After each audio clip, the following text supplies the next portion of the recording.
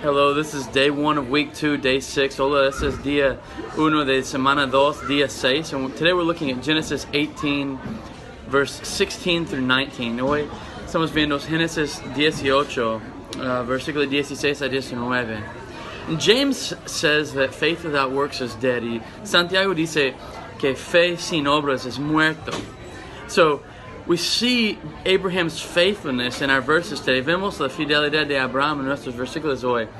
We see that God chose Abraham, que Dios escogió a Abraham, and that God chose him to be the father of many nations, que Dios escogió a ser padre de muchas naciones, but not just to bear a son, no solamente a traer un hijo, but to remain faithful, pero a quedarse fiel, to teach his child, righteousness and justice, a enseñar su hijo justicia y piedad. And we see Abraham doing that. Y vemos a Abraham haciendo eso. And it says, I chose Abraham, dice que yo escogió a Abraham, that he may be faithful, para que él sea fiel, so that I can lead him and give him what is promised, para que yo pueda llevarlo y dar lo que es prometido. We are given that same promise as parents. Nosotros estamos dado la misma promesa como padres. We have been entrusted with children. Hemos sido encargados con hijos. We've been entrusted to share our faith, a compartir nuestra fe, to share life and godliness, a compartir vida y piedad with our children, con nuestros hijos, with our extended family, con nuestra familia extendido, that they may see who the Lord is, para que ellos ven cómo es el Señor. We see this in the life of Abraham. Vemos esto en la vida de Abraham. We don't see God blessing Abraham for being faithful. No vemos que Dios bendice a Abraham por siendo fiel. But the blessing of God is Abraham's faithfulness. Pero la bendición de Abraham is la fidelidad de Abraham. We see the same in the story we just left with Noah. Y vemos lo mismo en la historia que acabamos de dejar con Noé. That Noah found favor or grace in the eyes of God.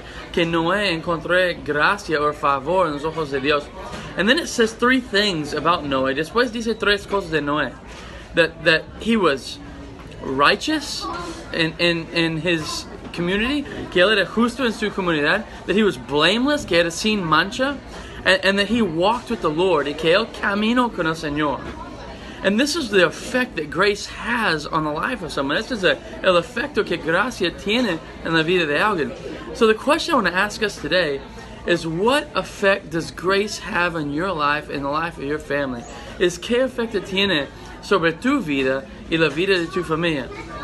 That when God saves a person, cuando Dios salva a alguien, when God sets someone apart, cuando Dios aparte a alguien, that as He set apart Abraham, como Él apartó a Abraham, it impacts the way he lives. Este impacta la forma que él vive.